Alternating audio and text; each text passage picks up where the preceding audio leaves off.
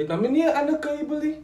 Die foon sukkel om te charge, is op 2%. Waarom gaan al die gedoentes? Laat jou foon rus, dit was heel aan op met die foon. Kyk hoe lyk jou oë is al rooi al.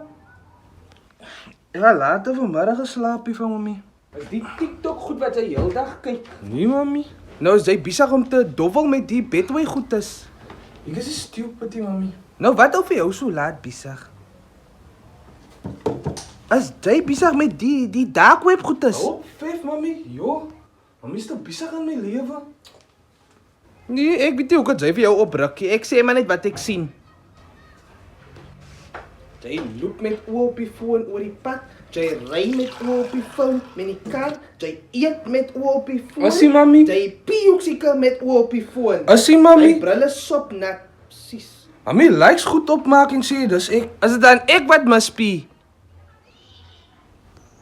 Nee, ek weet nie. Hey, gaan kyk en maak skoon hy bril. Mens kan nog nooit so dwars lewe nie. 24/7 op hy foon. Ja, mami kan mambo alles jong. Dit is versin, maar ja, ons kan mekaar volgende naweek sien.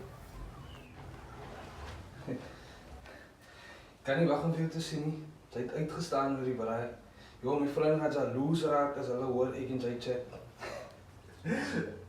Nou, was lekker om vir jou te ontmoet man. Ons sien mekaar weer binnekort, don't worry. Dink jy is so vuil nie? Ek vat so nou die waslap.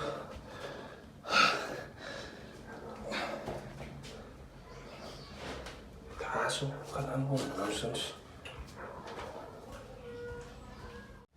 Ek kan nou ophou mou nie toilet so skoon. Ek sal ophou mou die dag wanneer ek sien jy groot raak en op jou eie voete staan. Mami sal enige rede vind om te mou. Is mami alright? Moet ek vir mami help opstaan? Wag, los my. Dat ek eers rus van die skok. Nou wat het gebeur? Het mami geval of iets? Ek verstaan nie hoe gegly het die vloer was nie nat nie. Is jy wat gemos op my glas water?